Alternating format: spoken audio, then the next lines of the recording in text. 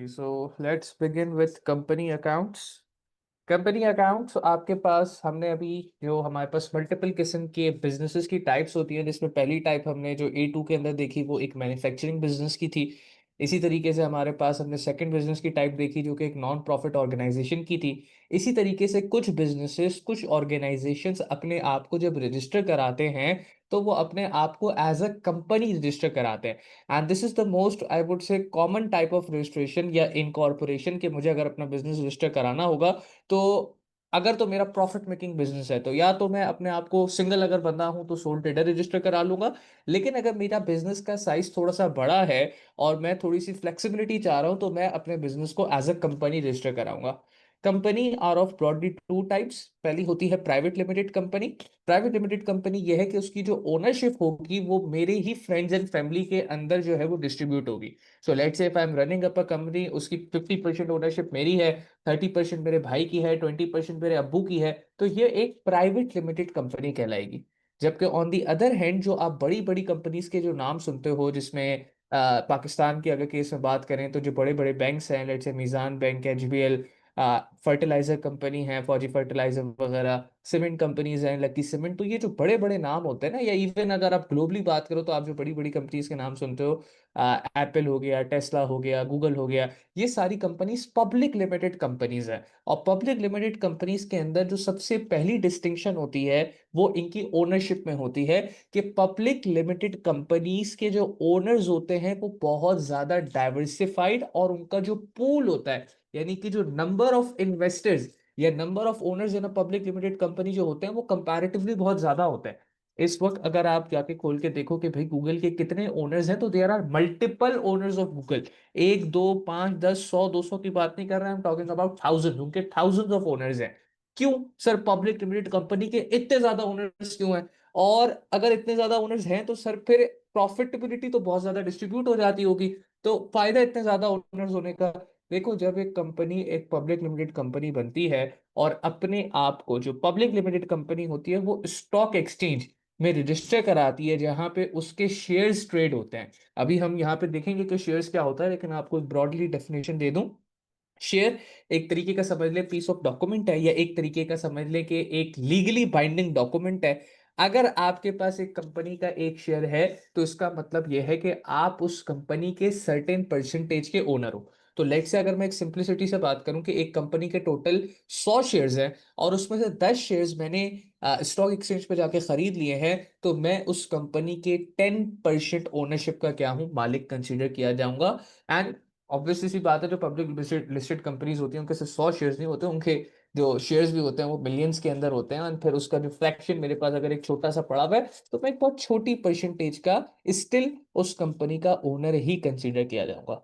तो public limited companies और private limited companies में सबसे पहले शेयर होल्डिंग में फर्क है कि पब्लिक लिमिटेड कंपनी के अंदर जो जनरल पब्लिक होती है, आपके और मेरे जैसे लोग होते हैं, वो भी किसी ना किसी कंपनी के क्या होते हैं? ओनर होते हैं। जैसे मैंने स्टॉक एक्सचेंज के अंदर मीजान बैंक के शेयर्स खरीदे हुए हैं, तो ठीक है, फ्रैक्शन कंपैरेटिवली बहुत छोटी है, लेकिन मैं कुछ ना कुछ परसेंटेज का उसका क्या हूँ? ओनर हूँ। आप लोग भी लेट से थोड़े से बड़े होके और स्टॉक एक्सचेंज के अंदर किसी कंपनी के अंदर शेयर्स खरीदते हो तो आप भी उस कंपनी के सर्टेन परसेंट के ओनर बन जाओगे। लेकिन अगर मेरा एक छोटा सा बिजनेस है, या मेरा इवन बड़ा भी बिजनेस हो सकता है, लेकिन उसकी ओनरशिप सिर्फ 2 3 4 लोगों के अंदर अगर डिवाइडेड है, कि जैसे मैंने बताया, मैं, मेरा भाई, मेरे अब्बू, अगर हम ओनर्स हैं, तो वो फिर एक प्राइवेट लिमिटेड कंपनी के अंदर क्लासिफाई करेगा। हमारा जो कोर्स कंटेंट का डिस्कशन होता है वो ज्यादातर पब्लिक लिमिटेड कंपनीज के हिसाब से हम कोर्स को डिस्कस करते हैं, क्योंकि पब्लिक लिमिटेड कंपनीज के अंदर जो काम होता है, जो शेयर होल्डिंग होती है, सारी कंपैरेटिवली बहुत ज्यादा डाइवर्सिफाइड होती है, उसके अंदर बहुत सारी चीजें होती है जो हमें देखनी होती है। तो अभी मैंने आपसे बात करी थी, एक वर्ड यूज किया था शेयर का। अब आ जाते हैं उसकी डिस्कशन पे। शेयर्स मैंने बताया, आप और मेरे जैसे बंदे भी शेयर्स खरीद सकते हैं किसी भी कंपनी के जो कि स्टॉक एक्सचेंज के ऊपर लिस्टेड हो। स्टॉक एक्सचेंज एक तरीके का समझ लें मार्केट प्लेस है, जैसे दराज है ना, आप दराज से जाके कोई भी चीज खरीद सकते हो। तो स्टॉक एक्सचेंज से जाके आप किसी भी कंपनी के जो कि लिस्टेड कंपनी है उसके शेयर्स खरीद सकते हो। जब आप उस कंपनी के शेयर्स खरीद लेते हो तो जितना मैंने बताया ना कि कंपनी के 100 शेयर था, आपने 10 खरीद लिए, आप 10% के मालिक बन गए।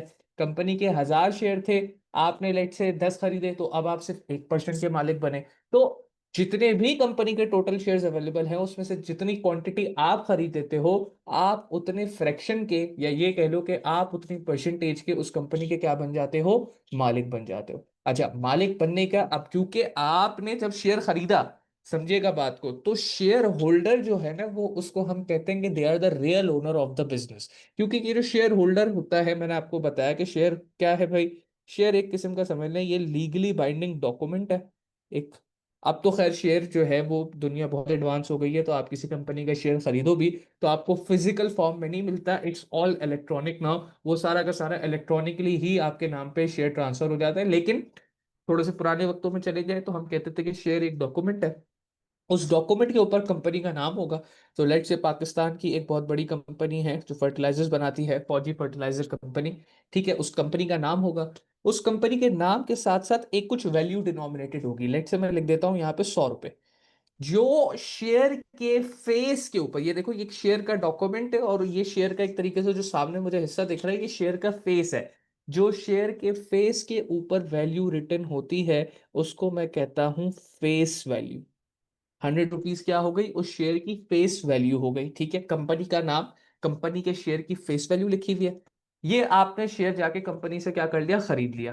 अब इस शेयर्स खरीदने के बाद, क्योंकि मैंने कहा कि ये एक लीगली बाइंडिंग डॉक्यूमेंट है, तो आपकी कुछ ना कुछ राइट्स हैं जो कि आप अवेल कर सकते हो। बिकॉज एक तरीके से आपने कंपनी के अंदर जब आपने उसके शेयर्स खरीदे ना, आप एक तरीके से अब उस कंपनी के इन्वेस्टर बन चुके हो, आप उस कंपनी के ओनर बन चुके हो। तो शेयर्स के अंदर जो सबसे कॉमन टाइप है जिसकी अभी तक हम बात भी करते हुए आ रहे हैं, वो है ऑर्डनरी शेयर्स की, जिसकी मैंने बात करी कि भाई कंपनी का नाम होगा, फेस वैल्यू रिटर्न होगी। और जब आप उस कंपनी के ऑर्डिनरी शेयर्स खरीद लोगे, तो मैंने कहा कुछ ना कुछ आपको राइट्स मिलेंगे। सबसे पहला राइट जो आपको मिलेगा, क्योंकि देखो जो बड़ी कंपनी होती है ना, अब ये बात मत समझना जैसे मैंने कहा कि भाई कंपनी के 1000 शेयर थे, तुमने 10 खरीद लिए, तुम 1% के मालिक बन गए। अब कल को आप पहुंच जाओ वहां पे कि फौजी फर्टिलाइजर में कि मैं 1% का मालिक हूं, अब मैं बताऊंगा कंपनी कैसे चलेगी, तो that is not how it works. जो पब्लिक लिमिटेड कंपनीज होती हैं, द रीजन कि उनकी ओनरशिप बहुत इजीली ट्रांसफरेबल है। आज मेरे पास जो लेट से एफएफसी के शेयर्स पड़े हुए हैं, जितने भी क्वांटिटी और जितनी भी उनकी वर्थ है, मैं कल चाहूं तो उसको अरहम के नाम पे ट्रांसफर कर दूं, मैं परसों चाहूं तो उसको आशिर के नाम पे ट्रांसफर कर दूं, इट्स इजीली ट्रांसफरेबल।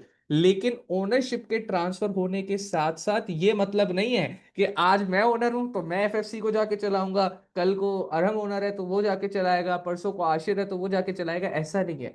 जो कंपनी रन करते हैं, public limited companies are run by the directors. लेकिन जो डायरेक्टर्स हैं, यानी कि समझ लो एक कंपनी जब पब्लिक लिमिटेड कंपनी की जो टॉप हायर की है ना, सबसे टॉप लेवल पे जो लोग जो कंपनी की डायरेक्शन बताते हैं, स्ट्रेटेजिक प्लानिंग करते हैं, वो होते हैं कंपनी के डायरेक्टर्स। तो फिर आप बोलोगे सर मुझे क्या फायदा कि मैं कंपनी को ओन भी कर रहा हूं, मेरे मैंने उसके अंदर इन्वेस्ट भी किया है और रन तो उसको डायरेक्टर कर रहा है। तो भाई हर साल हर पब्लिक लिमिटेड कंपनी के अंदर एक चीज होती है, एक मीटिंग होती है, जिसको हम कहते हैं AGM, annual general meeting. AGM, annual general meeting.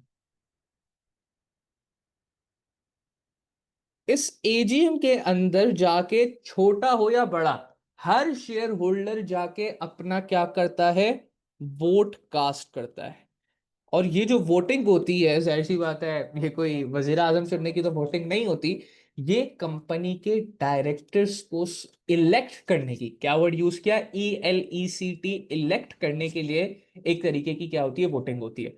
अब उसमें से लेट से कुछ नॉमिनीज होंगे, लेट से एक कंपनी के अंदर अगर 7 डायरेक्टर्स हैं, जो कि पाकिस्तान का रूल है, आप लोगों को पता होना चाहिए, आगे जाके भी आपके बहुत काम आएगा।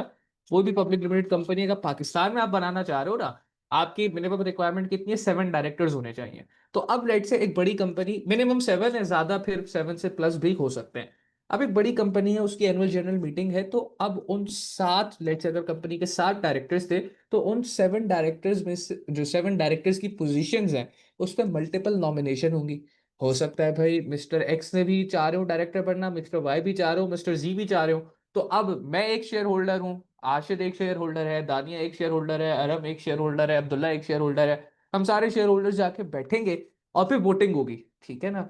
जिसके जितने शेयर्स होंगे ऑब्वियसली सी बात है उसका उतना ज्यादा वोटिंग राइट होगा। तो मेरे पास 10 शेयर्स हैं, तो मेरे पास एक तरीके से अगर एक शेयर का एक वोट है तो मेरे पास 10 वोट्स की गुंजाइश है। लेकिन अगर अरहम के पास 100 शेयर्स हैं तो अरहम की जो वोटिंग पावर है वो मेरे मुकाबले में ज्यादा है, और फ्री में ज्यादा नहीं है। अरहम ने अगर ज्यादा शेयर्स खरीदे तो उसका मतलब ये अरहम ने उस कंपनी में ज्यादा इन्वेस्टमेंट करी है। तो ज्यादा इन्वेस्टमेंट करने की वजह से उसकी जो वोटिंग राइट्स हैं या कह लो कि जो वोटिंग पावर है वो भी एक जो ऐसा शेयर होल्डर है जिसके पास शेयर होल्डिंग इतनी ज्यादा नहीं उसके मुकाबले में ज्यादा है। तो एनुअल जनरल मीटिंग के अंदर शेयर होल्डर जाके क्या करेगा, वोट कास्ट करेगा, और वोट कास्ट करके वो क्या करेगा, डायरेक्टर्स को इलेक्ट करेगा, इलेक्ट डायरेक्टर्स। सर, हम्म। सीईओ भी डायरेक्टर ही होगा? नहीं, डायरेक्टर फिर जो होता है ना, क्योंकि मैंने कहा टॉप मैनेजमेंट का जो टॉप, इनफैक्ट मैनेजमेंट भी नहीं कहना चाहिए, जो टॉप पोजीशन ऑफिस होता है किसी भी बड़ी कंपनी के अंदर वो होता है डायरेक्टर्स का। आप और मेरे जैसे जो ओनर्स हैं, जो शेयर होल्डर्स हैं, जिन्होंने कंपनी के अंदर इन्वेस्ट किया है, वो जाके इलेक्ट करते हैं डायरेक्टर्स को। अब एक डायरेक्टर्स का बोर्ड बन जाता है जिसको हम कहते हैं बीओडी, बोर्ड ऑफ डायरेक्टर्स। वो बोर्ड ऑफ डायरेक्टर अब पूरी कंपनी की डायरेक्शन सिलेक्ट करेगा। उस डायरेक्शन को सिलेक्ट करने के अंदर इवन सीईओ को सिलेक्ट करना भी इंक्लूडेड है। तो सीईओ, अगर आप पूछते हो कि सर सीईओ ऊपर है या डायरेक्टर्स ऊपर है, तो डायरेक्टर्स ऊपर है, डायरेक्टर के नीचे सीईओ आता है। हम इन्वेस्टर ऑर्डिनरी शेयर होल्डर जाके डायरेक्टर को अपॉइंट करेंगे, और डायरेक्टर जाके फिर जो उसको कैपेबल बंदा लगेगा वो सीईओ को अपॉइंट करेगा, सीएफओ को अपॉइंट करेंगे डायरेक्टर, और फिर उसके नीचे सीईओ सीएफओ जो है वो पूरी हायर की जो नीचे उनकी मैनेजमेंट होगी उस सबको जो है वो एम्प्लॉय करेंगे। तो डायरेक्टर्स जो है वो सीईओ नहीं होते, डायरेक्टर्स इलेक्ट और सिलेक्ट द सीईओ के भाई हमारी कंपनी का सीईओ हमें ये लगता है कि बनना चाहिए। तो डायरेक्टर्स एक तरीके से कौन है, डायरेक्टर्स एक तरीके से हमारे शेयर होल्डर्स के रिप्रेजेंटेटिव है, क्योंकि उनको बोर्ड पे लेके आए सर, भी हम ही लोग हैं, हमारे बोर्ड की ये वजह से आए। होते डायरेक्टर्स में से ही है ना, सीईओ कौन? और सीएफओ? नहीं नहीं नहीं, जरूरी नहीं है, मैं ये तो आपको बता रहा हूँ कि जरूरी नहीं है कि डायरेक्टर्स में से ही जो है वो सीईओ बने। इनफैक्ट जो पाकिस्तान का रूल है और जो प्रेफर किया जाता है, कुछ केसेस में वैसे आपको मिलेगा कि भाई जो डायरेक्टर है वही सीईओ भी है, लेकिन जो रूल है और जो प्रेफर किया जाता है वो ये प्रेफर किया जाता है कि डायरेक्टर सेपरेट हो और सीईओ जो हो वो सेपरेट हो। क्योंकि देखो सीईओ का ताल्लुक जो है वो कंपनी मैनेज करने से है, और डायरेक्टर्स का ताल्लुक यह है कि वो इंश्योर करें कि जिन ऑर्डिनरी शेयर होल्डर्स ने इन्वेस्टमेंट करी है उनकी इन्वेस्टमेंट को वो सेफ गार्ड करें। ये इंश्योर करें कि भाई कंपनी एक सही डायरेक्शन में जा रही है, कि मेरे और आपके जैसे जो इन्वेस्टर्स हैं उनका पैसा ना डूबे। अलबत्ता कंपनी चलाने की जो रिस्पॉन्सिबिलिटी है वो सीईओ की है। और अगर हम रूल्स एंड रेगुलेशंस पे बात करें तो रूल्स एंड रेगुलेशंस के हिसाब से जो डायरेक्टर्स होते हैं उनको सीईओ बनना अलाउ नहीं होता, अनटिल अनलेस कोई स्पेशल केस हो, जिस केस में हाँ बिल्कुल जो डायरेक्टर ऑफ द कंपनी होते हैं उसी में से कोई एक डायरेक्टर जो है वो सीईओ भी कहलाता है। एंड समटाइम्स, अब ये थोड़ा सा वैसे बहुत ज्यादा डिटेल जा रहा है, इतना हमारा स्कोप ऑफ सिलेबस नहीं है, लेकिन समटाइम्स क्या होता है कि जो सीईओ होता है उसको हम बना देते हैं एग्जीक्यूटिव डायरेक्टर। क्यों सीईओ को सर एग्जीक्यूटिव डायरेक्टर क्यों बनाते हैं, क्योंकि भाई सीईओ जो होता है वो डायरेक्टली बोर्ड ऑफ डायरेक्टर्स, जो डायरेक्टर्स उनके साथ कॉरेस्पॉन्ड कर रहा होता है। तो जब जब बोर्ड ऑफ डायरेक्टर्स की मीटिंग होती है वो किसको बुलाते हैं, सीईओ को बुलाते हैं। तो जब वो सीईओ को बुलाते हैं तो फिर सीईओ के साथ एक लेबल अटैच कर दिया जाता है एग्जीक्यूटिव डायरेक्टर का। लेकिन स्टिल आपके लिए अभी जो बात समझने की है वो मेरे ख्याल से यही बेहतर है कि आप ये रखें डायरेक्टर्स को कौन अपॉइंट कर रहा है, हमारे जैसे शेयर होल्डर्स, और वो डायरेक्टर्स आगे सीईओ को अपॉइंट कर रहे हैं। डायरेक्टर और सीईओ सेम बंदा नहीं होता, डायरेक्टर्स अलग लोग हैं, सीईओ अलग बंदा है। ठीक है ना। अच्छा, अब हमने जब डायरेक्टर्स को लेट से share as a shareholder directors elect कर लिए, ठीक है। अब ये डायरेक्टर्स हमारे बिहाफ पे कंपनी चलाएंगे। तो अब क्या हो सकता है, या तो कंपनी फ्लरिश करेगी, बहुत ऊंची उड़ान हो रहेगी, बहुत प्रॉफिट्स कमाएगी, या फिर कंपनी डाउनफॉल पे जाएगी। अब चाहे कंपनी ऊंची उड़ान उड़े या कंपनी का डाउनफॉल आए, दोनों ही की जो रिस्पॉन्सिबिलिटी है वो आपकी और मेरी एज ऑर्डिनरी शेयर होल्डर्स है। क्यों? क्योंकि भाई आपने जो सबसे टॉप का बंदा है कंपनी में, जो सबसे टॉप के लोग हैं, उनको आपने और मैंने सेलेक्ट किया है। अगर सही बंदे सेलेक्ट किए होंगे तो कंपनी की डायरेक्शन अच्छी होगी, उसकी जो क्या कहते हो कि परफॉर्मेंस है वो अच्छी होगी, तो हमारे प्रॉफिट भी अच्छे होंगे। उल्टे सीधे बंदे अपॉइंट कर लिए होंगे तो कंपनी की परफॉर्मेंस भी अच्छी नहीं होनी, कंपनी के प्रॉफिट भी अच्छे नहीं होने। और अपेरेंटली परफॉर्मेंस ना अच्छे होने का या प्रॉफिट्स ना अच्छे होने का या वाइस वर्सा अच्छे होने का जो बेनिफिट या नुकसान है वो सबसे ज्यादा शेयर होल्डर को है। क्यों? क्योंकि देखो शेयर होल्डर बनने के साथ साथ जैसे ही मैंने बताया कि आपको वोटिंग राइट्स मिलते हैं कि आप किसको इलेक्ट करो, डायरेक्टर्स को इलेक्ट करो, इसी के साथ साथ आपको जो है, जब साल एंड होता है, तो जब कंपनी का प्रॉफिट कमाएगी, तो जो दूसरा राइट है, मैं यहाँ पे ना एक राइट्स का कॉलम बना देता हूँ कि भाई ऑर्डिनरी शेयर होल्डर के क्या क्या राइट्स होते हैं। तो सबसे पहले तो मैंने बताया कि वोटिंग राइट्स, जिसके अंदर आप डायरेक्टर को अपॉइंट करोगे। देन होता है आपका डिविडेंड का राइट, कि आपको हर साल कुछ ना कुछ, अगर आपकी कंपनी प्रॉफिट कमा रही है तो क्या मिलता है, डिविडेंड मिलता है। डिविडेंड क्या है?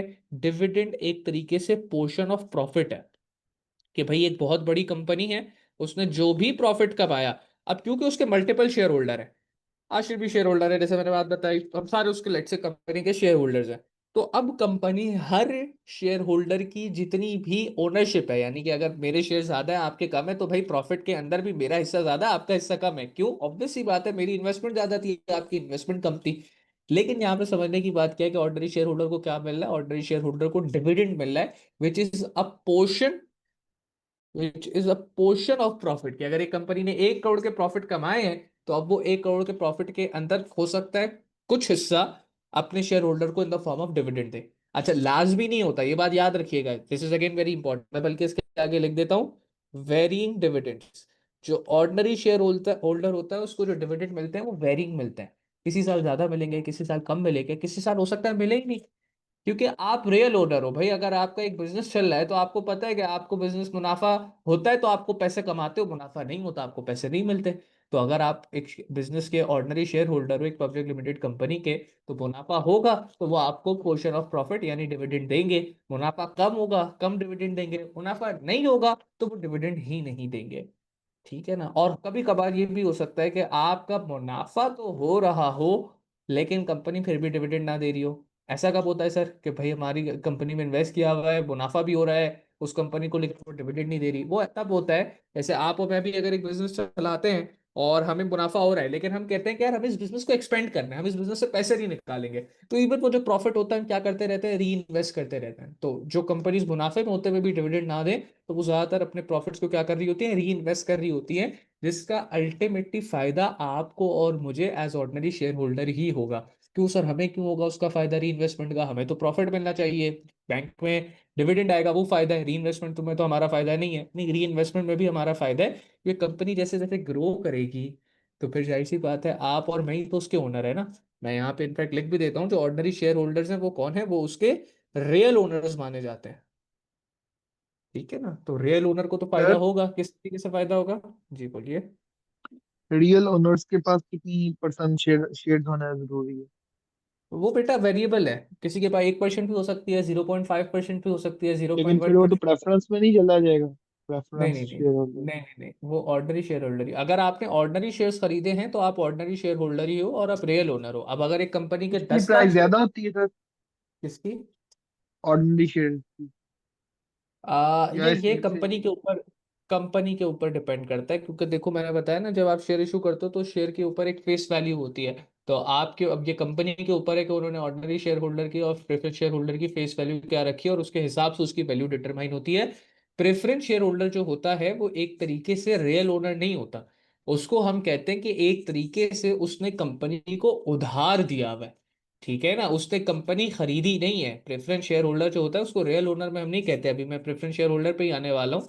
वो कंपनी का रियल ओनर नहीं होता। उसको हम ट्रीट करते हैं कि अगर ऑर्डिनरी शेयर होल्डर ने 100 रुपए का ऑर्डिनरी शेयर खरीदा तो वो उसकी इन्वेस्टमेंट है। प्रेफरेंस शेयर होल्डर ने अगर 100 रुपए का प्रेफरेंस शेयर खरीदा तो वो एक तरीके का उधार है जो कि उसने कंपनी को दिया है। प्रेफरेंस शेयर होल्डर को अगर प्रॉफिट्स मिलेंगे, कंपनी प्रॉफिट्स कमाएगी तो उस प्रॉफिट का शेयर मिलेगा। लेकिन सॉरी, उल्टा कह दिया, ऑर्डिनरी शेयर होल्डर को जब कंपनी प्रॉफिट्स कमाएगी तो उस प्रॉफिट का जो पोर्शन है वो मिलेगा, कभी ज्यादा मिलेगा, कभी कम मिलेगा, कभी मिलेगा ही नहीं। लेकिन प्रेफरेंस शेयर होल्डर को हमने हर साल एक फिक्स रेट ऑफ प्रॉफिट देना होता है, which is just like an interest. कि अगर आप बैंक से भी लोन लो, तो बैंक डजेंट केयर कि आप मुनाफे में हो नुकसान में हो, बैंक कहता है मुझे हर साल जो हमारा एग्रीड रेट ऑफ इंटरेस्ट है वो पे करो। प्रेफरेंस शेयर होल्डर भी सेम कहता है कि भाई आप मुनाफे में हो, आप नुकसान में हो, आई डोंट केयर, आपने जो मुझे रेट लिख के दिया है वो रेट मुझे आप हर साल मेरी शेयर के फेस वैल्यू के ऊपर पे करो। तो अभी मैं सर, प्रेफरेंस शेयर होल्डर पे आने वाला हूँ स्टॉक जी। मार्केट से हम ये दो टाइप्स के शेयर्स खरीद सकते हैं? स्टॉक मार्केट से लिस्टेड ज्यादातर जो होते हैं? शेयर्स बिकते हैं वो ज्यादातर जो शेयर्स आपको स्टॉक मार्केट के ऊपर रेडली अवेलेबल मिलेंगे वो ऑर्डिनरी शेयर्स आपको लिस्टेड मिलेंगे। प्रेफरेंस शेयर्स भी अलबत्ता आपको मिल सकते हैं, लेकिन वो बहुत कम कंपनीज जो है वो इशू करती हैं। ज्यादातर आपको जो शेयर्स मिलते हैं वो ऑर्डिनरी शेयर्स ही मिलते हैं। ठीक है। तो अब आपके पास जब ये वेरिंग, अब मैंने जो आपको राइट्स बता रहा था उसको ऑर्डिनरी शेयर होल्डर के क्या राइट्स हो गए भाई। सबसे पहले हमने बात करी कि ऑर्डिनरी शेयर होल्डर कौन है, real owners of the company है, उनके पास वोटिंग राइट है। और जो है उनको क्या मिलेगा, डिविडेंड मिलेगा। और डिविडेंड जो मिलेगा तो उस डिविडेंड मिलते वक्त उनकी जो प्रायोरिटी होगी डिविडेंड देने की, जो कंपनी उसको प्रायोरिटी देगी प्रेफरेंस शेयर होल्डर को, वो लास्ट प्रायोरिटी देगी। क्यों sir, ordinary share holder real owner है और फिर भी आप प्रॉफिट की डिस्ट्रीब्यूशन में उनको लास्ट प्रायोरिटी दे रहे हैं। मैं लास्ट प्रायोरिटी उनको इसलिए दे रहा हूँ क्योंकि रियल ओनर है। आपका अगर कोई बिजनेस होता है तो आप सबसे पहले अपने सप्लायर्स की पेमेंट करते हो, जिनसे उधार लिया होता है उनकी पेमेंट्स करते हो, और लास्ट में कुछ प्रॉफिट बच जाता है तो वो घर लेके जाते हो ना।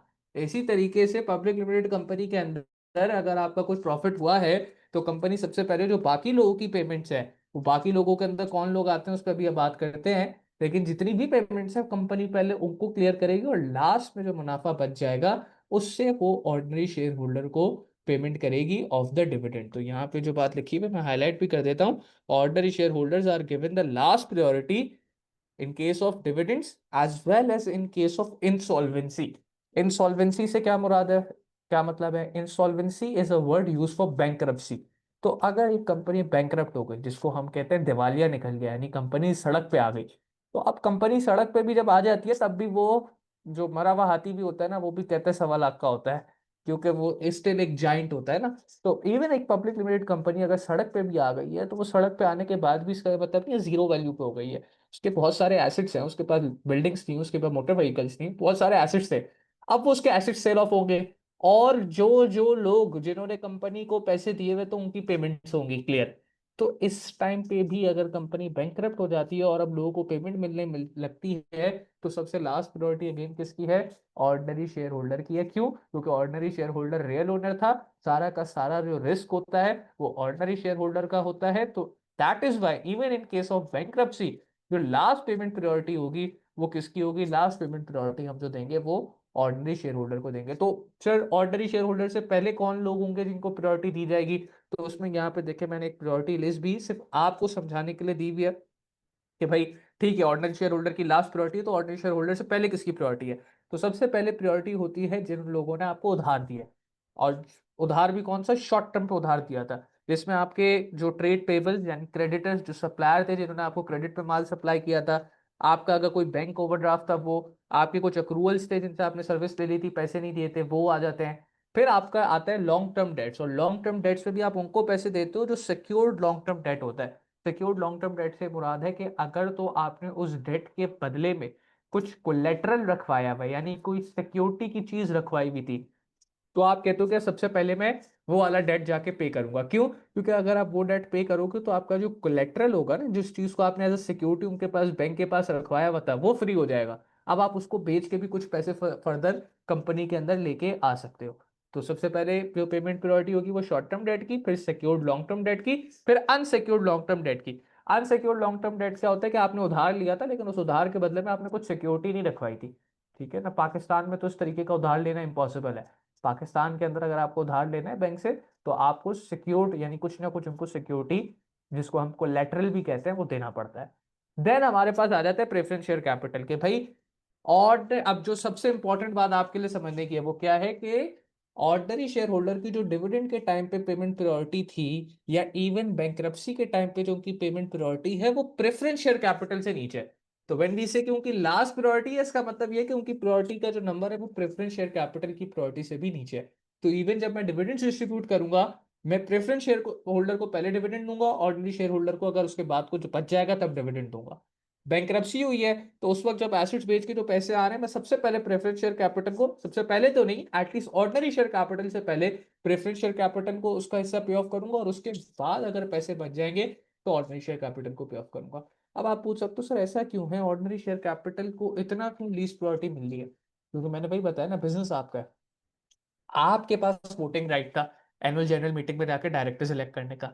अगर आप अच्छे कंपेटिटिव लोग सिलेक्ट कर लेते तो शायद कंपनी के दिन ही ना आते, क्योंकि जो लोग कंपनी चला रहे थे उन्हीं के गलत डिसीजंस की वजह से कंपनी की ये पोजीशन हुई है ना। तो अब जो रूल्स हैं उसके हिसाब से वो क्या है कि भाई लोग आपने गलत सिलेक्ट किए, तो उनके किया कराए पर जो नुकसान है वो भी सबसे ज्यादा कौन बेयर करेगा? आप बेयर करोगे। तो this brings us to preference share holder. अब प्रेफरेंस शेयर होल्डर क्या है? यहाँ पे प्रेफरेंस शेयर होल्डर पे अगर बात करी जाए ना, तो preference share holder real owner नहीं होता, ये बात तो हमारी हो गई है। रियल ओनर कौन है? रियल ओनर सिर्फ और सिर्फ ऑर्डिनरी शेयर होल्डर है। अच्छा, अब जब वो रियल ओनर नहीं है, तो क्या प्रेफरेंस शेयर होल्डर के पास कोई वोटिंग राइट होगा? तो जवाब है no. Voting right lies with the ordinary share holder because they are the real owners of the company. तो प्रेफरेंस शेयर होल्डर के पास वोटिंग राइट भी नहीं है, they are even not the real owners. But जो का फायदा है वो क्या फायदा है कि उनको जो डिविडेंड मिलेगा ना, ऑर्डिनरी शेयर होल्डर को वेरिंग डिविडेंड था, किसी साल ज्यादा, किसी साल कम, किसी साल जीरो। प्रेफरेंस शेयर होल्डर के लिए हम ये कहते हैं कि उसको हर साल fix rate of dividend company provide करेगी। तो अगर उसने 1,000 रुपए का, हमें एक तरीके से 1,000 रुपए का हमारा प्रेफरेंस शेयर दिया सर, था, और उसके ऊपर 10% का रेट था, तो हम हर साल उसको 10% प्रोवाइड करेंगे। जी जी बोलिए। जो शेयर प्राइस है प्रेफरेंस शेयर होल्डर के लिए, वो तो वेरी कर सकती है ना, वो तो इंक्रीज या डिक्रीज उसके लिए वेरी करेगी। ये इंक्रीज डिक्रीज करती है, बट बहुत ही इनसिग्निफिकेंट अमाउंट से। कोई मेजर गेन या कोई मेजर लॉस आपको प्रेफरेंस शेयर्स के अंदर नहीं आता। क्यों नहीं आता मेजर लॉस या गेन प्रेफरेंस शेयर के अंदर? क्योंकि एक तरीके का उधार है ना। मैं आपको बताता हूँ, ऑर्डिनरी शेयर का जो शेयर था उसके ऊपर उसकी फेस वैल्यू थी, कंपनी का नाम तो और लिखा हुआ था कि ऑर्डिनरी शेयर है। प्रेफरेंस शेयर के लिए क्या होगा? अगेन उसके ऊपर भी एक फेस वैल्यू होगी कि भाई कंपनी उसको $100 का लेट से इशू कर रही है, कंपनी का नाम होगा, और उसके साथ साथ एक रेट भी होगा, लेट से 10% का। ये जो रेट है ये बता रहा है कि कंपनी हर साल आपके इस प्रेफरेंस शेयर होल्डर को कितना रेट ऑफ डिविडेंड पे करेगी। तो $100 का अगर आपके पास एक प्रेफरेंस शेयर है, तो $100 का 10% कंपनी हर साल आपको ₹10 पे करेगी। तो अब ये एक तरीके का उधार है। उधार की जो कैन ऑफ मार्केट वैल्यू है वो बहुत ज्यादा ऊपर या नीचे नहीं जा सकती। क्यों नहीं ऊपर या नीचे जा सकती? क्योंकि भाई आपके जो रिटर्न है वो कंपनी ने फिक्स कर दिया। ऑर्डिनरी शेयर्स के अंदर अगर कंपनी बहुत कोई रॉकेट मार दे, लेट्स से उसके प्रॉफिट्स बहुत ऊपर चले जाएं, तो उसकी मार्केट वैल्यू उसी तरीके से ऊपर जाएगी, बिकॉज क्योंकि अब उसके प्रॉफिट्स ऊपर गए हैं, तो इन्वेस्टर की एक्सपेक्टेशन होगी कि अब इसके डिविडेंड भी आने वाले सालों में ऊपर जाएंगे। प्रेफरेंस शेयर के तो डिविडेंड चाहे कंपनी ऊपर जाए नीचे जाए सेम है। तो इस वजह से इसकी जो, क्योंकि सर, ये थोड़ा सा फाइनेंस का कॉन्सेप्ट है। हाँ बोलिए। तो उधार तो एक दिन खत्म हो ही जाता है, तो एग्जैक्टली, मैं कोई उसी ये बात पे इसकी आ रहा था। टाइम लाइन होगी?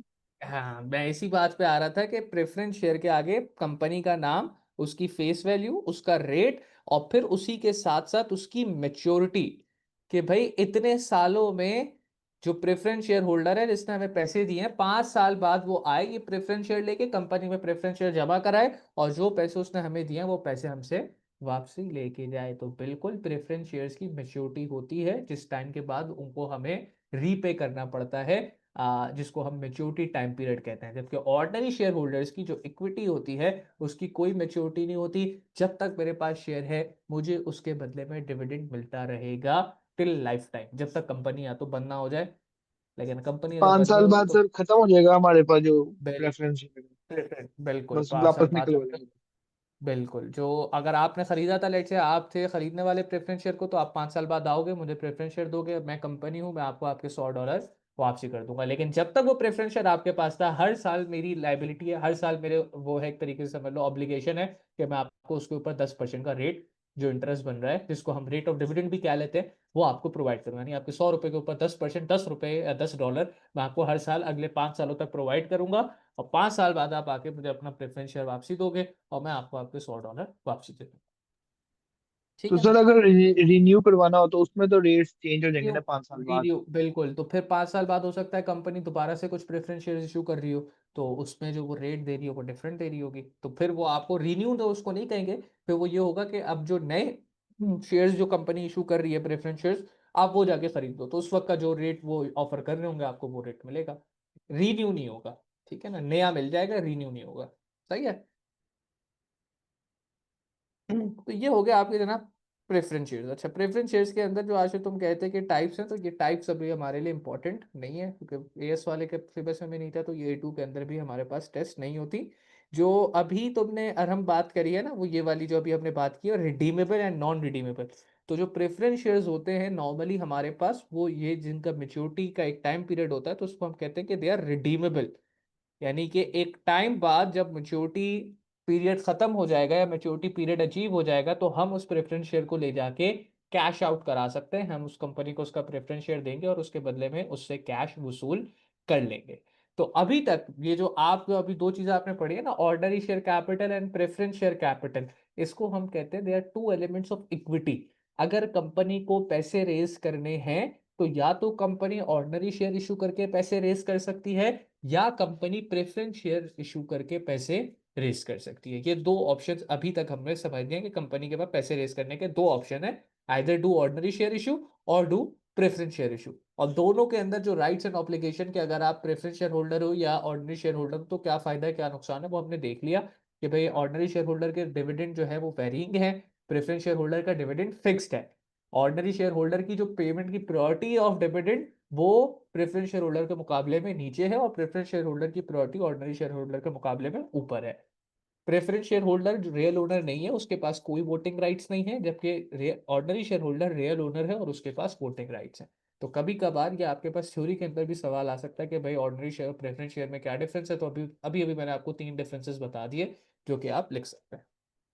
देन उसके बाद अच्छा एक चीज और हमें जो समझनी है कि डिबेंचर्स, अच्छा ये जो अभी दो मैंने आपको चीजें बताई ना, प्रेफरेंस शेयर कैपिटल और ऑर्डिनरी शेयर कैपिटल, इसको हम लोग इक्विटी एलिमेंट में ही ट्रीट करते हैं कि भाई ये हमारा जो पैसा आ रहा है ये इक्विटी का एलिमेंट है। लेकिन on the other hand when we talk about debentures, तो डिबेंचर्स को जो ट्रीटमेंट है वो as a non current liability होता है।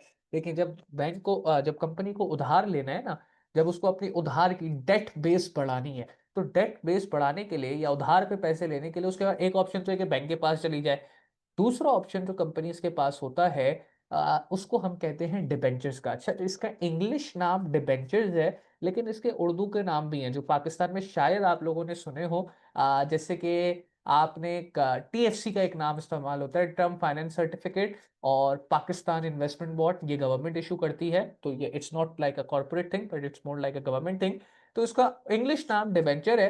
पाकिस्तान में इसके मल्टीपल और दूसरे नाम है, लेकिन नाम चाहे कुछ भी हो, अंडरलाइन फीचर सबके सेम है। तो अगर एक कंपनी डिबेंचर इशू कर रही है, और आजकल पाकिस्तान के अंदर आपको मैं बताऊं तो डिबेंचर इशू नहीं होते, आजकल पाकिस्तान के अंदर सुकूक इशू किए जाते हैं। तो सुकूक भी एक तरीके का डिबेंचर ही है। होता क्या है भाई, मुझे कंपनी हूं मैं, मुझे पैसे चाहिए, मैं कहता हूं कि भाई मुझे लेट से चाहिए 10 करोड़ रुपए, मेरी 10 करोड़ रुपए की रिक्वायरमेंट है। 10 करोड़ रुपए को अब मैंने कहा कि यार मैं बैंक से लेने जाऊं ना, तो बैंक वाले हो सकता है मुझे बहुत अच्छा रेट ना ऑफर कर रहे हो, इंटरेस्ट रेट ज्यादा मांग रहे हो, या हो सकता है मुझे बैंक से लेने पे कॉस्ट ज्यादा पड़ रही हो।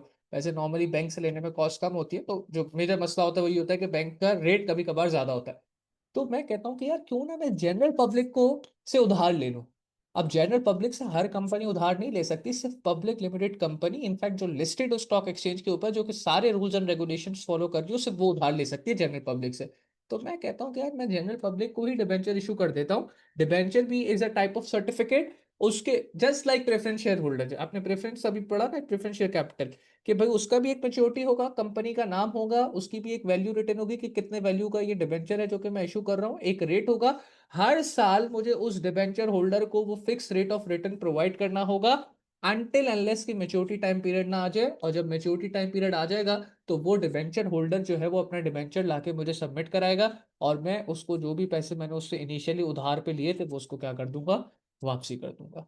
तो डिबेंचर्स आर IOU सर्टिफिकेट्स, इसके ऊपर लिखा हुआ होता है कंपनी का नाम और फिर कंपनी की तरफ से स्टेटमेंट गिवन होती है कि IOU, मैं आपको पैसे ओ करती हूँ, and they are treated as long term liability, जिसके ऊपर कंपनी को फिक्स रेट ऑफ इंटरेस्ट पे करना पड़ता है।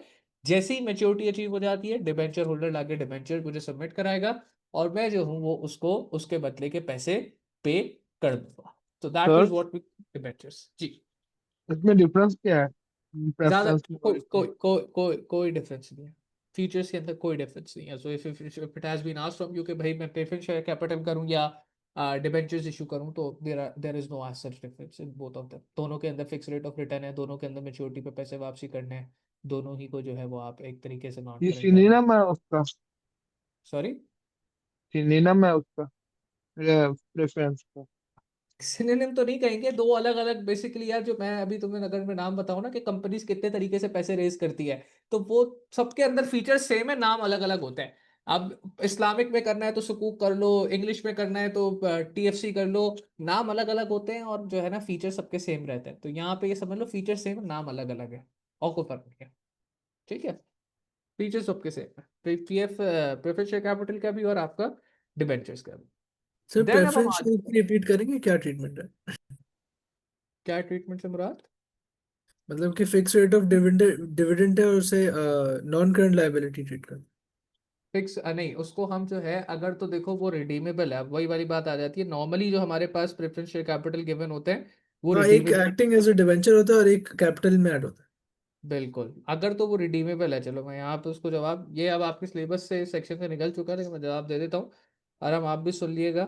यहाँ पे जो आपके पास प्रेफरेंस शेयर होते हैं ना, दो किस्म की एक तरीके से की ब्रॉडली डेफिनेशन होती है। एक होते हैं रिडीमेबल वाले, जो कि मेच्योरिटी के बाद आप वापसी जाके खुले करा सकते हो, यानी कि 5 साल हो गए, मेच्योरिटी हो गई, आप जो जाके वो प्रेफरेंस शेयर उनको दोगे और वो उसके बदले आपको पैसे दे देंगे, तो वो तो आपका नॉन करंट लाइबिलिटी में आएगा। लेकिन कुछ प्रेफरेंस शेयर्स होते हैं नॉन रिडीमेबल, यानी कि उनकी कोई मेच्योरिटी डेट नहीं होती, वो बस चलते रहेंगे, जस्ट लाइक आपका ऑर्डिनरी शेयर कैपिटल था ना, वो मेरे पास है, मुझे डिविडेंड मिलता रहेगा। अगर मेरे पास non redeemable preference share capital है तो उसके बदले में मेरे पास अब इंटरेस्ट जो है वो आता रहेगा। नॉन रिडीमेबल के लिए एक और वर्ड यूज होता है परपेचुअल का, कि भाई यहाँ पे अब आपके पास पैसे आते ही रहेंगे। तो अगर तो प्रेफरेंस शेयर रिडीमेबल है, यानी कि कुछ टाइम बाद जाके आप उसको रिडीम करा सकते हो जो भी उसकी मेच्योरिटी डेट है, तो फिर आप उसको as a non current liability treat करो। लेकिन अगर आपका जो प्रेफरेंस शेयर कैपिटल है अगर वो नॉन सर, रिडीमेबल है, यानी उसकी मेच्योरिटी नहीं है, तो वो फिर इक्विटी का एलिमेंट है जी। तो हम प्रेफरेंस या डिबेंचर्स है उसको हम जो रिडीमेबल डेट है उससे हाँ पहले हाँ, कैश करवा सकते हैं। नहीं उससे पहले आप कंपनी से कैश नहीं करवा सकते, लेकिन हाँ आप ये कर सकते हो कि आप कहो कि भाई लेट से आपने 2 साल हो गए उसको रिडीमेबल प्रेफरेंस शेयर को लिए हुए, 2 साल का इंटरेस्ट आपको मिल चुका है, आप कंपनी ने मेच्योरिटी डेट 3 साल रखी हुई है, तो आप उस शेयर को लेट से आप कहते हो कि भाई लेट से आप किसी को बेच दो, कंपनी से जाके रिडीम नहीं करा सकते, लेकिन आप कहो कि लेट से भाई हमजा भाई ये मेरे पास एक प्रेफरेंस शेयर पड़ा हुआ है, मेरे पास पैसों की जरूरत है, आप ये प्रेफरेंस शेयर कैपिटल आप रख लें और मैं आपकी और नाम जो है वो आपके नाम पे इसको ट्रांसफर करवा दूंगा, और क्या कहते हैं अगले 3 साल का इंटरेस्ट भी आप रखें, मेच्योरिटी भी आप रखें, मुझे इतने पैसे दे दें, तो आप मार्केट में जाके उसको बेच सकते हो, कंपनी से रिडीम नहीं करा सकते। ठीक है ना, and same goes for debentures as well, क्योंकि सर डिबेंचर्स में भी सिलेबस ये में है, कोई एक ही टाइप टेस्ट होती है? सिलेबस के अंदर ज्यादातर जब हम बात करते हैं ना तो नॉन रिडीमेबल वाले की बात करते हाँ हैं, सही है, तो ये इक्विटी ऑर्डिनरी के की अंदर तरह हो जाएगा, कैपिटल में ये ऐड हो जाएगा। ऑर्डिनरी की तरह हो जाएगा, ये इक्विटी, इसी वजह से मैंने शुरू में कहा भी था कि preference share capital, ordinary share capital, मैं लिख भी देता हूँ ओएससी एंड पीएससी, ये किसके एलिमेंट हैं, ये इक्विटी के एलिमेंट्स है। और इस बात को मेंशन भी कर देता हूँ कि नॉर्मली आपके सिलेबस में जो पीएससी आता है वो नॉन रिडीमेबल वाले की हम ज्यादातर बात कर रहे होते हैं। अच्छा सर, ऊपर हम जो ये छोटी छोटी डिटेल्स कर रहे थे एस वाली, ये टेस्ट तो नहीं होती होंगी ना, क्योंकि अब सिर्फ फाइनेंशियल स्टेटमेंट्स नहीं, हैं। टेस्ट टेस्ट हो सकती है, टेस्ट हो सकती है, मतलब थ्योरी के लिए 1-2 मार्क के लिए तो फिर भी पूछी जा सकती है ना, ये थोड़ी है कि पूछी हाँ, नहीं। लेकिन मतलब ज्यादा नहीं होती ना। ज्यादा कम अब क्या है यार, बस टेस्ट होती हैं तो होती हैं, अब ये ज्यादा कम से क्या, उतनी नहीं टेस्ट होती जितनी एस में होती थी, लेकिन स्टिल टेस्ट होती है। सही। ठीक है भाई, तो डिबेंचर्स और इसके अंदर हमने बात कर ली प्रेफरेंस शेयर कैपिटल के अंदर के जो डिबेंचर, फिर से एक दफा रिपीट कर दूं, जो preference share capital non redeemable है तो उसको तो हम इक्विटी का एलिमेंट कहेंगे। नॉन रिडीमेबल से मतलब ये है कि उसकी कोई फिक्स मेच्योरिटी नहीं है जिसपे जाके मैं उसको क्या कर लूँ, कैश आउट करा लूँ। तो सर वो लेकिन जो प्रेफरेंस रिडीमेबल कैसे होगा, हुआ? जी बेटा प्रेफरेंस सॉरी, शेयर कैसे हुआ? वो प्रेफरेंस शेयर ऐसे हुआ क्योंकि उसके अभी भी बाकी सारे फीचर्स सेम है। अगर लेट से आप कहते हो कौन से वाले के लिए, रिडीमेबल वाले के लिए पूछो, नॉन रिडीमेबल वाले के लिए नॉन पूछो। रिडीमेबल कैसे हुआ ये पूछो, preference share. Non non redeemable भी प्रेफरेंस शेयर ऐसे हुआ क्योंकि अभी भी इसके ऊपर आपने फिक्स रेट ऑफ डिविडेंड दोगे, जो भी अगर आपने 100 रुपए लिया और 10% का रेट उसको अपने शेयर होल्डर को या इन्वेस्टर को कहा था, तो आप उसको फिक्स रेट ऑफ डिविडेंड ही अभी भी प्रोवाइड करोगे। ठीक है, इसके पास कोई वोटिंग राइट्स अभी भी नहीं होंगे, जैसे पहले वाले में नहीं थे, रिडीमेबल में भी नहीं है, नॉन रिडीमेबल में भी कोई वोटिंग राइट्स नहीं है। ठीक है, और पेमेंट प्रायोरिटी जो है वो उसकी ऑर्डिनरी शेयर कैपिटल से ज्यादा है, सो payment priority ordinary share sir इसका कैपिटल से मतलब क्या समझ है, नहीं आया, पेमेंट प्रायोरिटी का। यानी कि जो डिविडेंड की जब डिस्ट्रीब्यूशन होगी तो पहली प्रायोरिटी प्रेफरेंस शेयर होल्डर्स को मिलेगी और आखिरी प्रायोरिटी जो है वो ऑर्डिनरी शेयर होल्डर को मिलेगी, तो पेमेंट प्रायोरिटी वो इज तो हायर देन वो नहीं ऑर्डिनरी। समझाओगी सर। लेकिन आपने बताया था रिडीमेबल वो होता है जो मेच्योरिटी डेट, एक फिक्स डेट पे हम निकलवा सकें। निकलवा सकते हैं मतलब बिल्कुल। और दूसरा जो है वो एक एसेट की तरह ट्रीट होगा, ऑर्डिनरी शेयर। नॉट एसेट की तरह, वो समझ लो ऑर्डिनरी शेयर कैपिटल की तरह ट्रीट होगा कि वो जो है वो आपने खरीद लिया, वो आपका है। उसके ऊपर भी फिक्स रेट ऑफ डिविडेंड है, कोई वोटिंग राइट नहीं है, payment priority ordinary share capital से ज्यादा है। बस दी ओनली डिफरेंस इज कि अब आप उसको जाके किसी डेट पे कंपनी से रिडीम नहीं करा सकते। हाँ, मार्केट में जाके उसको जिसको चाहो बेच सकते हो, लेकिन कंपनी से जाके रिडीम नहीं करा सकते। तो कंपनी कम हमें सारी जिंदगी कैश के लिए आउट वो देगी नहीं। कैश हाँ, फिक्स? कंपनी जो आपका फिक्स रेट ऑफ डिविडेंड है वो तो आपको प्रोवाइड करती रहेगी जब तक ओनरशिप आपके पास है। अगर आप उसको किसी और को बेच दोगे तो फिर कंपनी आपको फिक्स रेट ऑफ डिविडेंड नहीं देगी, बल्कि जिसको आपने बेचा है उसको देने लग जाएगी। ठीक है। ओके। तो फिर आसानी के लिए डिबेंचर्स बस, में भी ये हाल होगा इसमें, डिबेंचर्स में? डिबेंचर तो देखो, debenture is just like redeemable preference share capital. Debenture तो है ही है रिडीमेबल, उसके अंदर ये नहीं है कि एक रिडीमेबल वाला ऑप्शन भी है, एक नॉन रिडीमेबल वाला ऑप्शन भी है, वो है ही रिडीमेबल। आप उसको मेच्योरिटी डेट पे जाके कंपनी से रिडीम करा सकते हो। उसका फिक्स रेट ऑफ इंटरेस्ट है जो आपको पे करना पड़ेगा, और इसकी जो ट्रीटमेंट है ये पूरी की पूरी नॉन करंट लाइबिलिटी है। तो इसको हम सम अप करने के लिए ये समझ सकते हैं कि जो रिडीमेबल प्रेफरेंस शेयर कैपिटल है और जो डिबेंचर है वो दोनों बिल्कुल सेम है। फिक्स रेट है मिलेगा सबको, आफ्टर मेच्योरिटी डेट जाके आप कंपनी से कैश आउट भी करा सकते हो, and they will be treated as non current liability. लेकिन सिर्फ और सिर्फ जो preference share capital non redeemable है, वो उसका जो उसको जो आप लिखोगे इक्विटी एलिमेंट में लिखोगे, और वो ऑर्डिनरी शेयर कैपिटल के साथ लिखा जाएगा। उसको क्योंकि आप कहीं से रिडीम नहीं करा सकते, मेच्योरिटी डेट उसकी कोई नहीं होती, वो आपको परपेचुअल यानी कि कंटिन्यूसली जब तक आपके पास है आपको उसके ऊपर company rate of return provide करती रहेगी। ठीक है, क्लियर हो गई ये बात आरंभ? Yes sir. ओके, नहीं तो आगे बढ़ते हैं। अब हमारे पास इक्विटी के अंदर अपने दो चीजें पढ़ ली, ठीक है ना, एक ऑर्डिनरी शेयर कैपिटल, एक sir preference share convertible capital. Loan stock नहीं टेस्ट होगा? नहीं, कन्वर्टेबल ऑन स्टॉक इतना टेस्ट नहीं। इनफैक्ट अब तो सही, मेरे एक ख्याल से भी पासवर्ड निकल, में है लेकिन पुराने पासवर्ड में तो।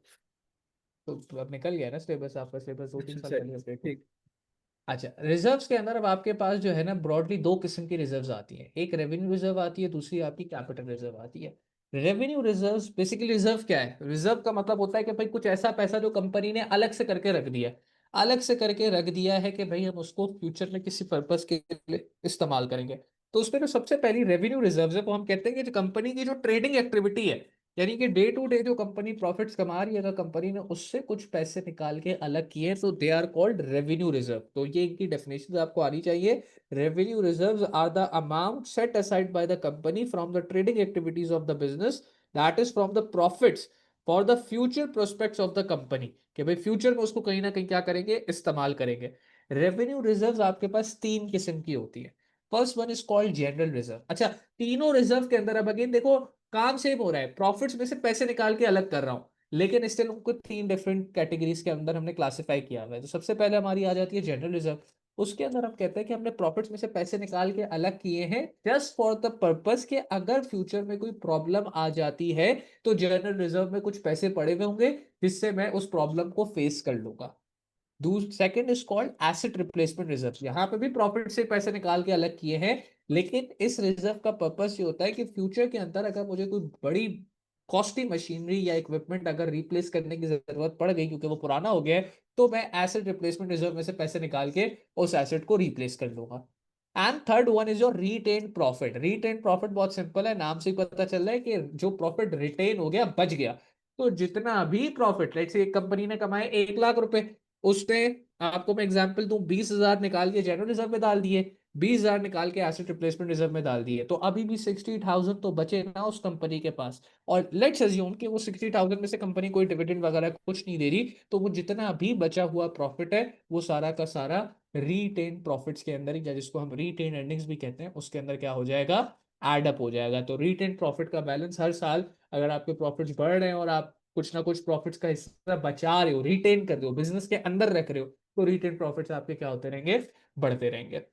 और रिटेन प्रॉफिट्स को बढ़ाने का पर्पस जो होता है वो नॉर्मली ये होता है कि आप फ्यूचर में जाके कुछ एक्सपेंशन प्लान कर रहे हो, और उस एक्सपेंशन के लिए आपको जाहिर सी बात है पैसे चाहिए, तो वो आप किधर बचा के रख रहे हो, वो आप रिटेन प्रॉफिट्स के अंदर बचा के रख रहे हो।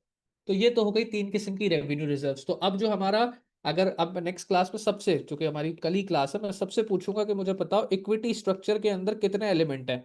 तो आप इक्विटी स्ट्रक्चर को जो स्टार्ट करोगे आप कहोगे सर पहला एलिमेंट है ओएससी, ऑर्डिनरी शेयर कैपिटल, उसके फीचर्स वगैरह सब याद होने चाहिए। दूसरा है पीएससी, सारे फीचर्स वगैरह याद होने चाहिए।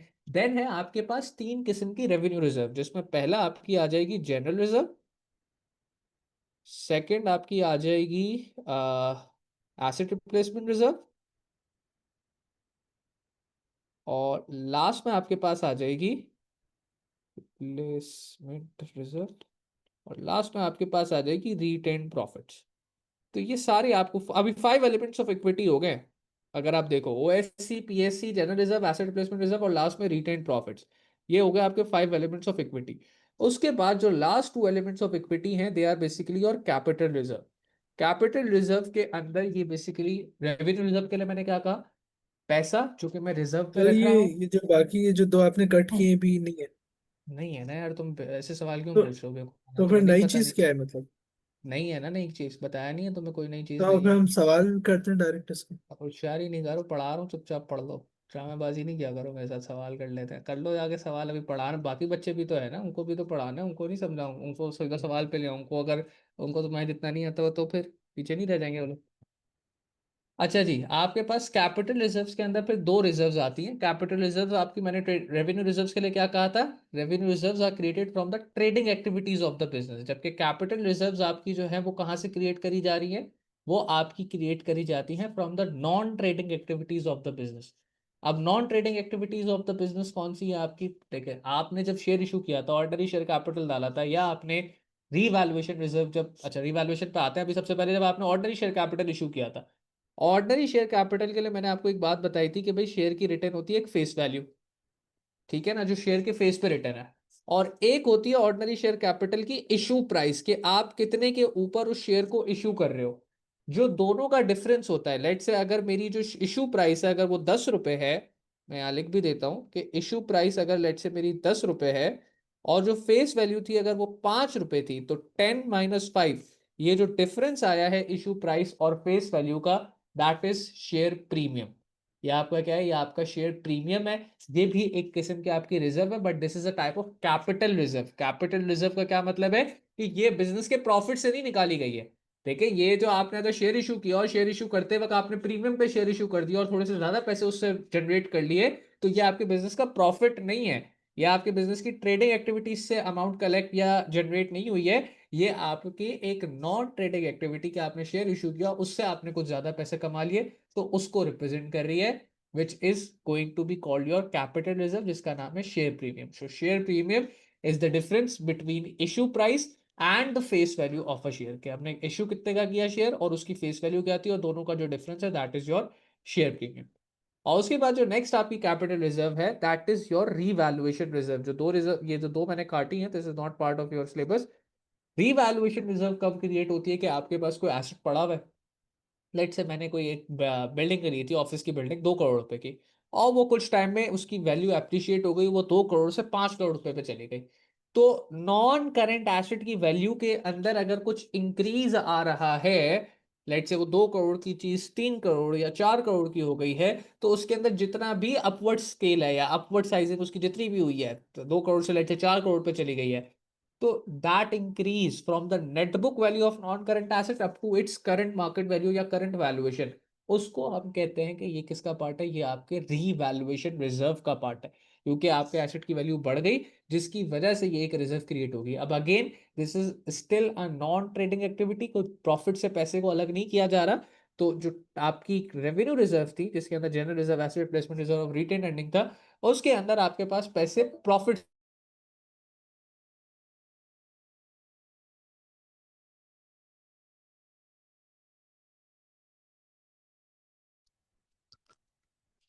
अच्छा, मेरा लैपटॉप जो है वो डेड हो गया, तो हम लोग जो है, आवाज आ रही है आप लोगों को ना मेरी?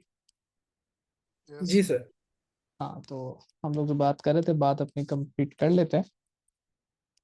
हाँ, तो हम लोग बात ये कहते हैं कि रीवैल्यूएशन रिजर्व जो है वो आपकी एक तरीके की कैपिटल रिजर्व है, और कैपिटल रिजर्व का मतलब ये है कि it is not created from trading activity, it is created from non trading activities of the business. तो जो आप इक्विटी का स्ट्रक्चर यहाँ पढ़ रहे थे, उसके अंदर पहले दो थे आपके पास शेयर कैपिटल, ओएससी, पीएससी, तीन टाइप की रेवेन्यू रिजर्व आई, और फिर दो टाइप की कैपिटल रिजर्व आएंगी, जिसमें आपका शेयर प्रीमियम होगा, which is the difference between issue price and the face value of the share, and last में आपका रीवैल्यूएशन रिजर्व होगा, कि अगर किसी नॉन करंट एसेट की वैल्यू आपकी नेट बुक वैल्यू से ऊपर चली जाती है तो that is your revaluation reserve. And together they become the 7 elements of equity. इनको हम क्या कहेंगे? इनको हम कहेंगे 7 सर रीवैल्यूएशन फिर से बोले, आपकी आवाज नहीं आई। Revaluation what?